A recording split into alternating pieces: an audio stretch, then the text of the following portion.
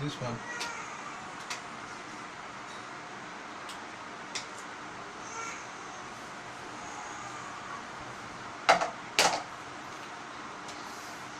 This graph basically shows what happens when you cool down a pure substance. So the graph is like this.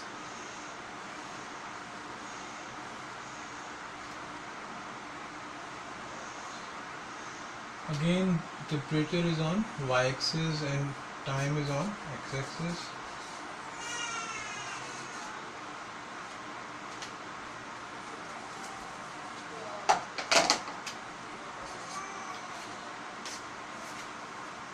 Again, in the same, it's actually the opposite of the previous graph. What happens is that first of all, the substance in its gas form, and then as the particles in gas form, they lose more energy as it is cooled down. They lose the energy to the surroundings and they come closer to each other, like in liquids. So here, as energy is given out, the temperature at parts where the graph becomes flat, the substance undergoes a change of state. Here you have gas and liquid state. Now here the graph remains flat as the particles form bonds, producing heat which is given out to the surroundings.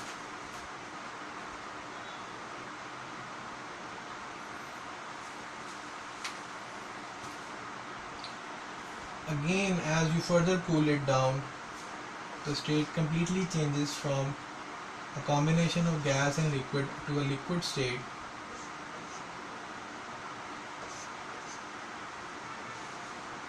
Again, the graph becomes flat. Again, the graph remains flat as the particles form bonds, producing heat which is given out to the surroundings. And here you have a combination of some liquid and gas state. Here energy is given out to the surroundings.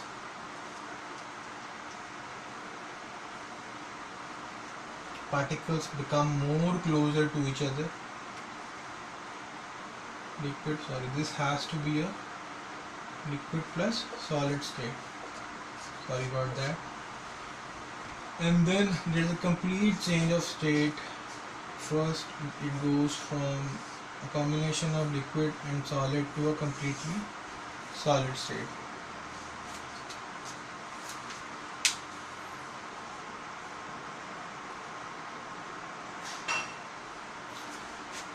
Now let's look at the different steps we have already taken into account.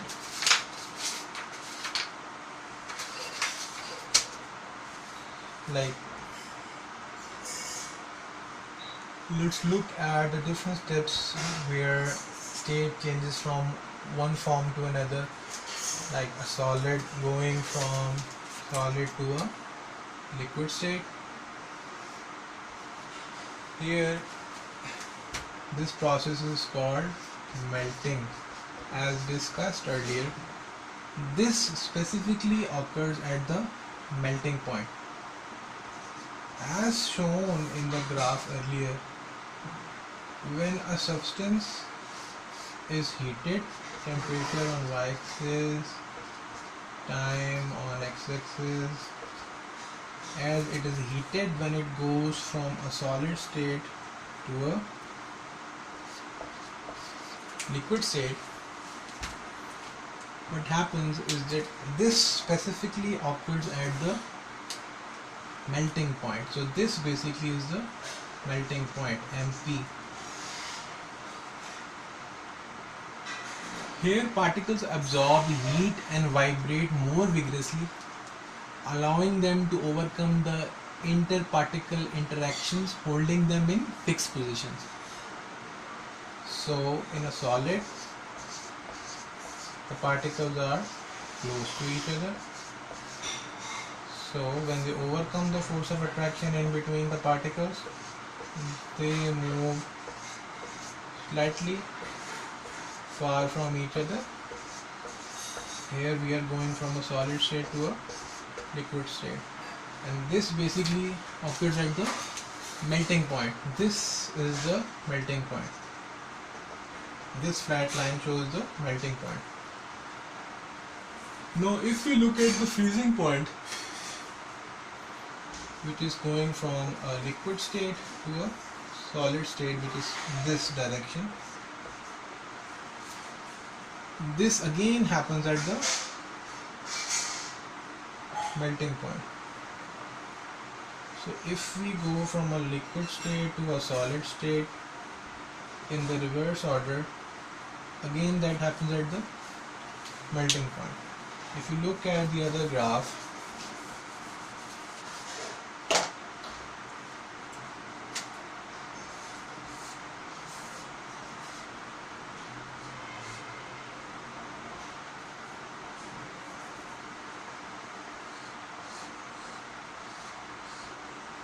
here temperature, here time on the x-axis. Freezing occurs at the melting point. Here particles release heat and move more slowly. Like here you have a, if you remember, here we had the liquid state, here we had the solid state. So when we go from a liquid state to a solid state, as we were discussing here, but this process is called freezing. Again, this happens at the freezing point, melting point, sorry. So this here is the melting point.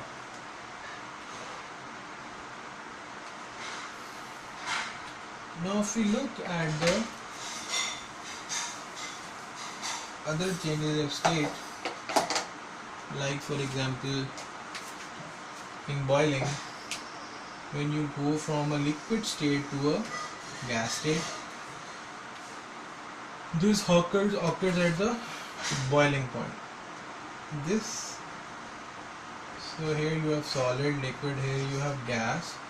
So when state changes from completely liquid to gas, now this point is called the boiling point. And on the other side, when you see a cooling curve, this is the boiling point. You have a solid form. No, you are going from a, sorry, this is just because, let's just look at this graph. Forget what I said here for going from liquid state to gas state. This is the boiling point. Here the state changes from liquid to gas. Here remember that the particles are close to each other but not as close as in solids. What happens is that go from a liquid state to a gaseous state, they move far apart from each other. This happens because the particles move fast enough to completely overcome the force of attraction.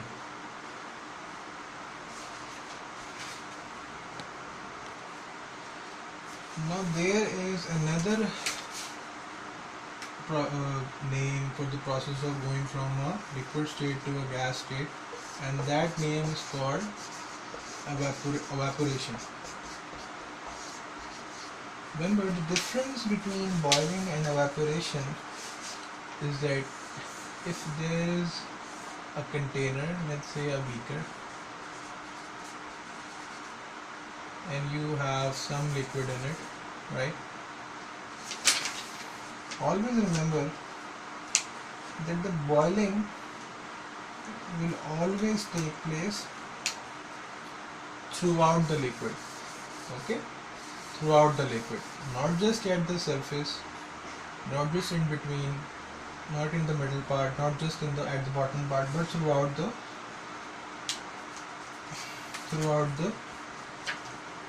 area of the liquid. But specifically, evaporation takes place at the surface. Here is the point where the particles evaporate. At the surface, when they gain enough energy, evaporation only takes place, they go from liquid state to gas state only at the surface. Now this only happens in evaporation. Evaporation never occurs throughout the liquid, throughout the container. Always remember that. Now when you go from gas state to a liquid state, here, this process is called condensation.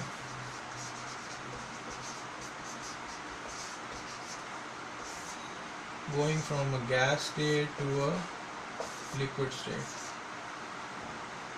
Here what happens is that this occurs at the boiling point. Okay, remember that. And second thing you need to remember is that particles release heat and move more slowly. Like in a gas state, the particles have a lot of energy. They are moving at a far higher speed, right, in all directions.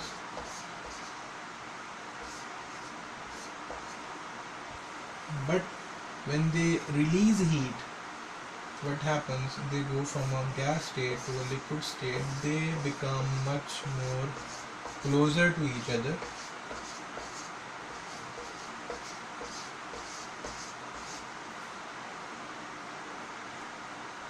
This is because the forces of attraction are then able to hold the particles closely.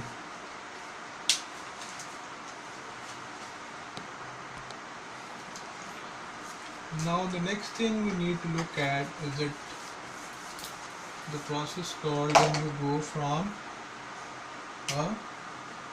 solid state to gas state. Remember that when you go from solid state to gas state, remember this is an important point, without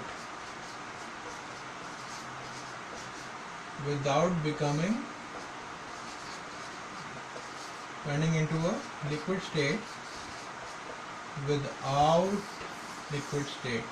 so we don't convert into a liquid state in between.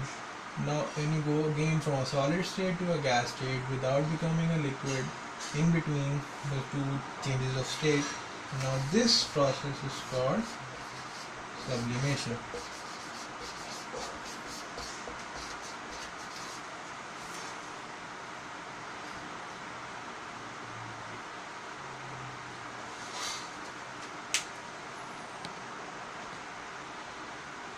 Now let's look at our next topic, which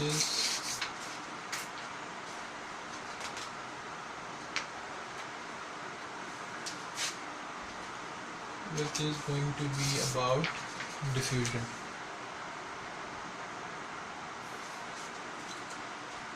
Now let's look at what diffusion actually is. Diffusion is something that takes place around us in everyday life. The typical definition of diffusion is, let's say there are some particles in a confined area and there is a very high concentration of those particles here. This is that area, right? Here the particles of that specific thing are not that much, or even if there are nothing, there is not even a single particle of that substance somewhere around the house, around anywhere. So when particles move from here to somewhere here or anywhere where they are not as much concentrated as they are in this area, so this movement of particles from a region of higher concentration Here the concentration is very high. Movement from a region of higher concentration to a region of low concentration where there are few particles of that substance, or even if there are no particles. So this is a region of low concentration. Now this process is called diffusion.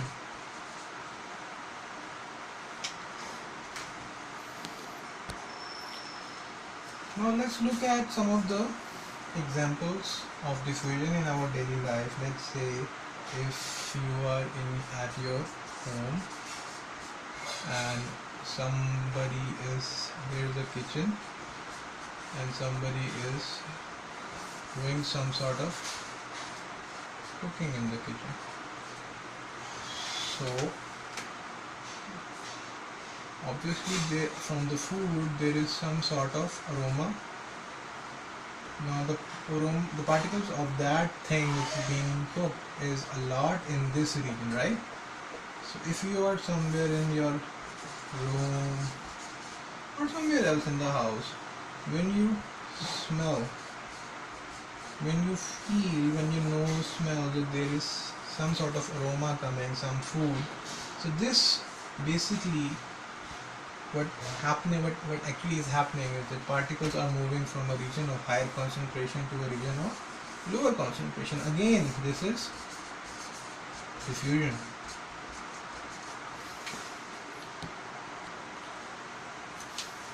Now if you look at another example, diffusion in terms of, let's say, liquids.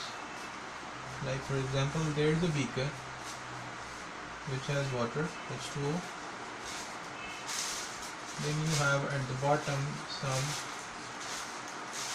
copper 2 sulfate crystals in solid form. And mind you, they are in blue color, obviously. Now if you stir the solution, if you leave it like that, what happens is that this blue color would travel throughout the liquid, throughout the water, and you will see after some time you would see a blue colored solution. Again, particles are traveling from a region of higher concentration to a region of lower concentration. The particles of copper 2 sulfate crystals are highly concentrated in the crystals, whereas in the water there are no particles of copper 2 sulfate crystals. So particles are moving from the crystals to the liquid. Again, this process is called diffusion. This is an example of diffusion taking place between a solid and a liquid. Again, if you talk in terms of gases, if you have two beakers inverted on in each other, there is some sort of lid in between the gas jars. This is a gas jar. Again, this is a gas jar.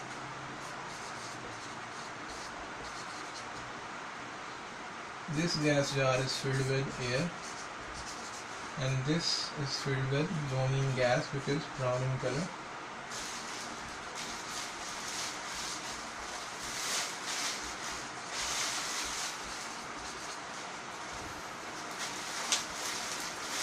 Here you would see a lot of brown color, here you will see no color at all. If you take out this lid, particles will move from here to here, and then you will see an even brown color throughout the two gas jars. Again, particles moving from a region of higher concentration to a region of lower concentration. Again, this is diffusion.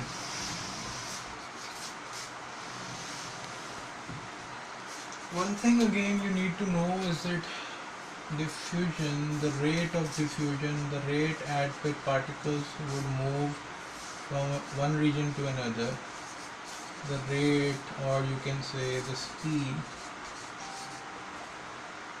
is highest in gaseous state, is relatively lower in liquid state, and the lowest in the solid state. Okay, so diffusion is the rate of diffusion highest in gases, relatively less in liquids, and far less in solids. You need to remember that.